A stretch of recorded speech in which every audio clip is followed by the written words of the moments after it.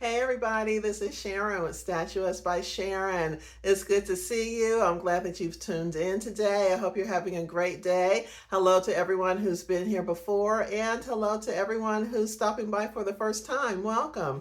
Listen, I want to start off by saying that the joy of the Lord is my strength, and the joy of the Lord is your strength also.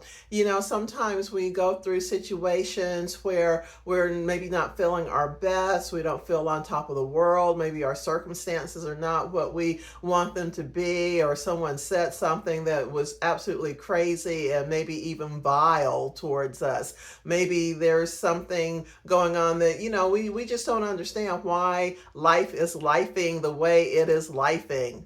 And sometimes we're just like, maybe a little dumbfounded as to why things are like this, what's going on. And it's so easy to get down in the dumps according to your circumstances. But God requires us to walk by faith, and He wants us to walk in joy because, regardless of what's going on, the situation might not be happy, but the Spirit of the Lord is joyful. And so, when we embrace the joy and express that joy, we're trying to minister to others as we minister to ourselves. And some people might think that you're not acting according to your circumstances, but God never told us to act according to our circumstances. He called us to walk by faith. And so walking by faith might mean that I am putting on the garment of praise. I'm embracing the joy of the Lord even if I don't feel like it. And I want to honor God, and I hope that you want to honor God in walking by faith, regardless of how it seems to other people who might know some background information, who might know that your circumstances aren't, on top of the world, but yet and still here you are, putting on a smile and ministering to other people or saying something positive to other people. Well, that's what the Lord wants us to do. And so I want you to be, cognizant of that we walk by faith and not by sight. Those of us who truly believe in the Lord, we walk by faith and not by sight. So if our circumstances are not pristine, we're still going to walk by faith because we know that God is able to do everything that we need Him to do because He is who He says He is. But we've got to trust God for ourselves, for his working in our circumstances. And in the meantime, lift somebody up. God doesn't want us to speak something positive to other people only when our circumstances are a-okay. That's not a matter of faith, and that does not teach someone else to have faith, and it does not help someone else to continue on in their faith. If the only time they hear from you is when everything is a-okay, and when things aren't okay, you come up MIA.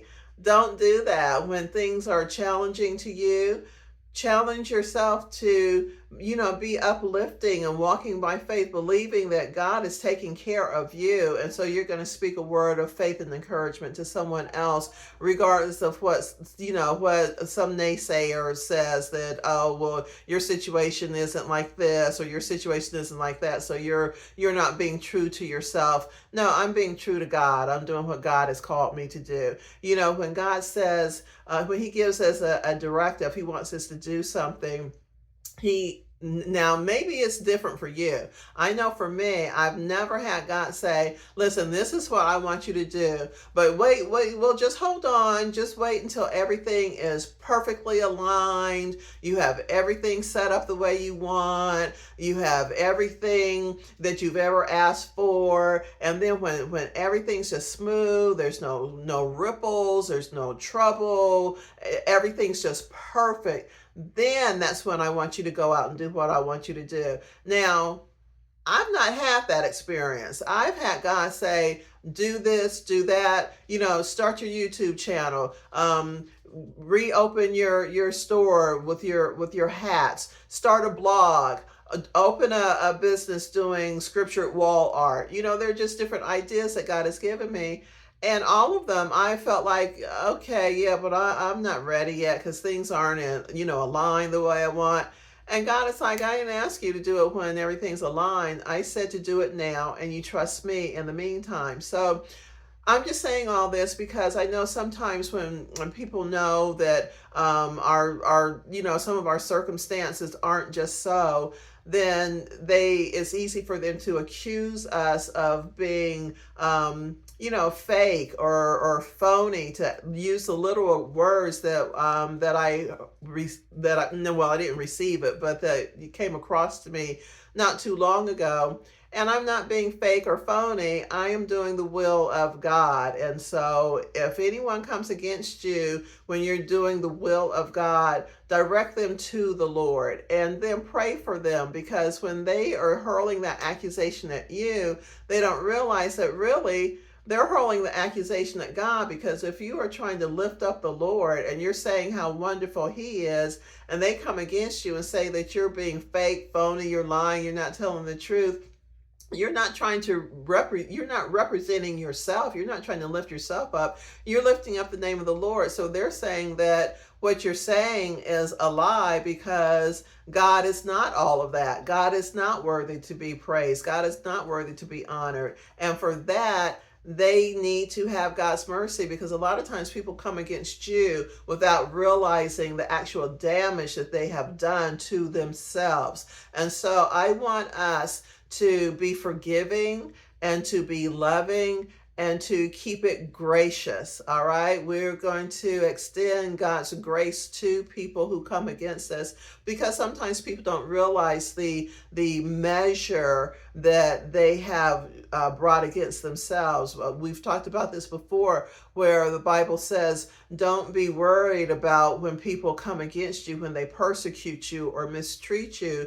And God says it's only just. And it's just because He justifies what He is going to do to them by way of their actions against you. The Bible says it's only just because by the measure in which they have persecuted you or mistreated you, mishandled you, spoken to you crazy, that that is the very measure by which God will judge them. So again, let's remember that the joy of the Lord is our strength. There's strength in knowing that God is joyous. All right.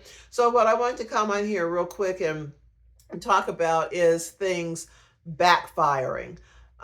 Be careful how you treat people. Be careful what your motives are in your interactions with people, because God does have a way of causing things to backfire. When you're coming against someone, or let's say someone comes against you, they don't realize the extent to which you know the Lord, you are trusting the Lord, you are relying on the Lord to take care of you, to lead you, guide you.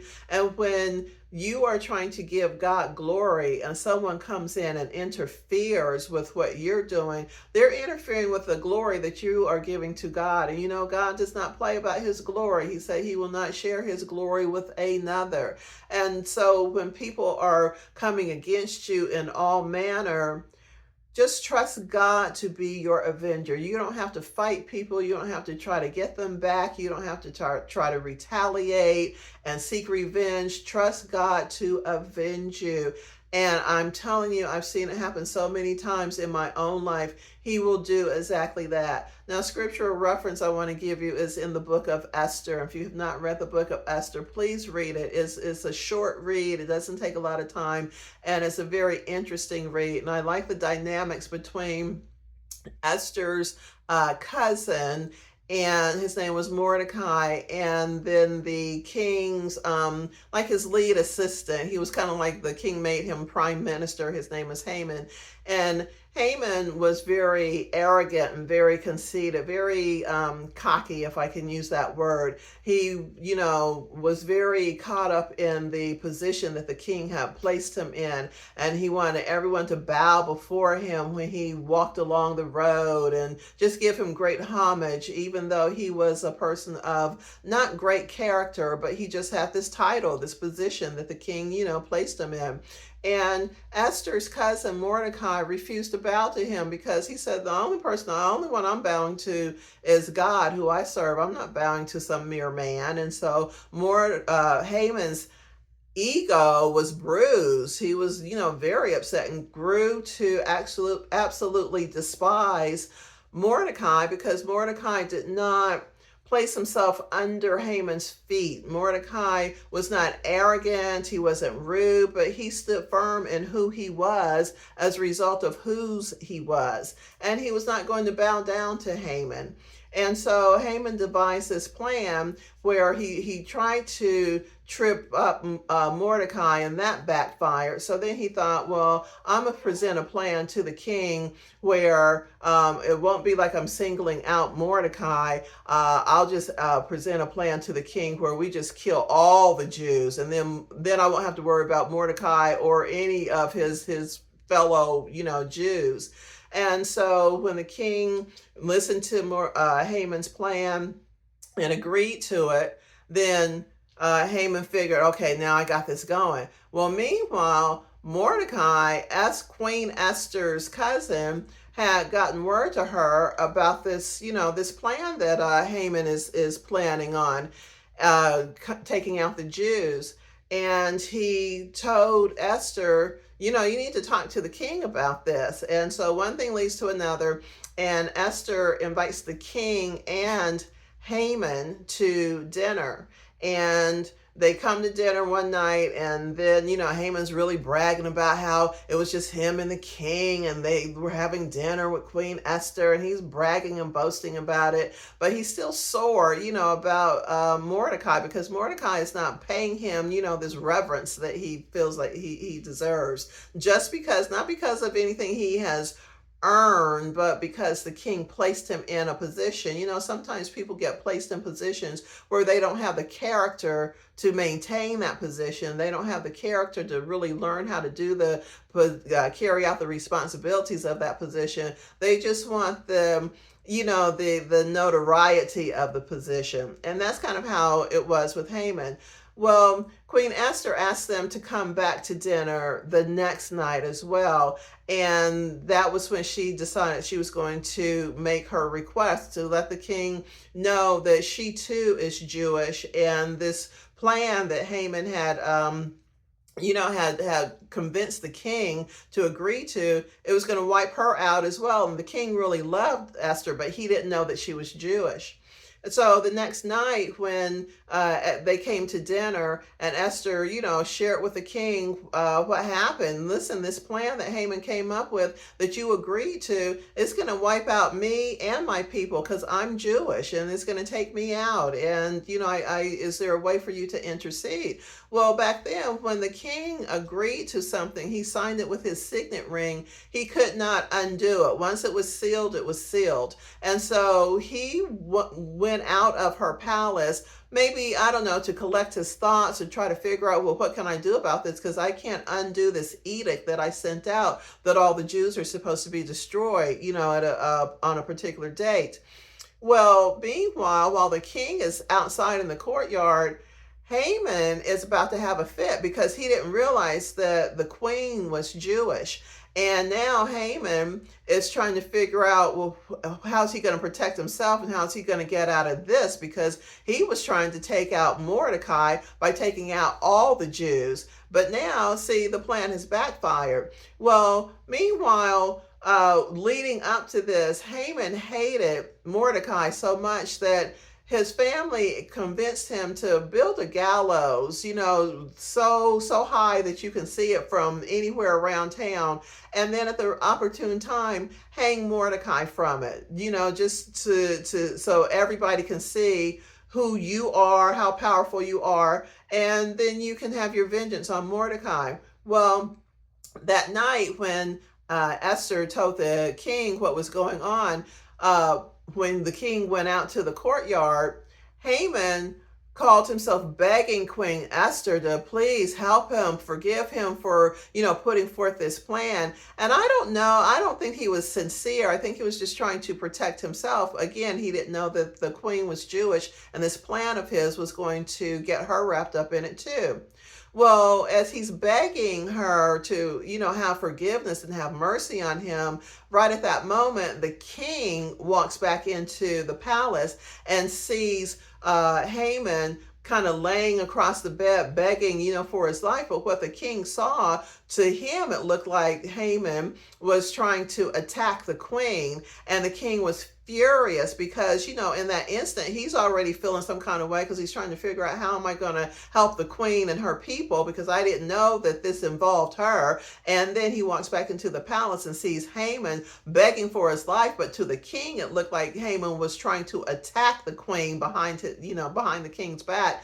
And so the king had his henchmen put a hood over Haman's head, and someone told the king, hey, king, Haman actually built a gallows over there, high above the city, so that we could see Mordecai, the queen's cousin, hanging from any direction we are. So, just word of thought, if you need a gallows, you're thinking about doing something with Haman, there's already a gallows built. And so the king had Haman hung on the gallows that Haman had built for Mordecai. I call that a big backfire. And so I'm not advocating violence for anyone. I don't want you advocating any kind of violence, but I'm just saying that, this is an example that the Bible shows. And so sometimes when people come against you, you don't have to fight them back and go tit for tat. If you have a stance and you want to take that stance to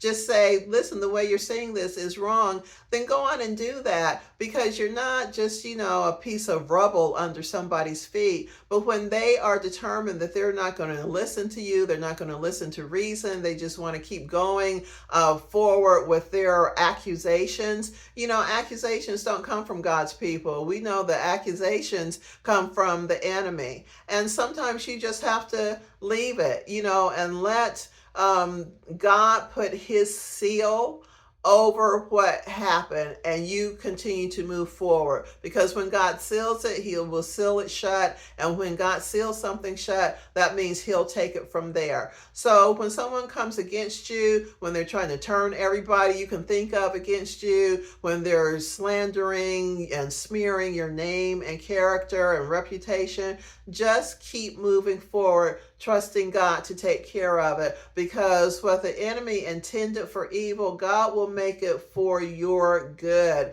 Things will backfire. God will make things turn around, so that people who have been being turned against you, they'll suddenly realize, wait, they've been manipulated, because you're not the problem. It's the person turning me against you who is actually the problem. God has a way to open people's eyes, their minds, their hearts, to see the truth. And sometimes when people are manipulated to think ill towards you, sometimes those people will realize, wait a minute, they've just been manipulated. And so then that's exposure, and it backfires on the one who started the whole thing and kept it going in the first place. So I just want you to remember that the gallows that Haman built for Mordecai, who did nothing except refuse to bow to Haman to feed his ego, those same gallows are what Haman wound up being hung on himself. So in other words, when people do something and come against you in all manner to try to hurt you, when God gets in it, he might have that same intention backfire on the one who sent it in the first place. So if people are slandering you, then that means that God might have someone start slandering them. When people are coming against you, smearing your name, God's going to expose them to all the people that they smeared you to. So just know that a lot of times when people come hard against you, they can dish it, but they can't take it themselves.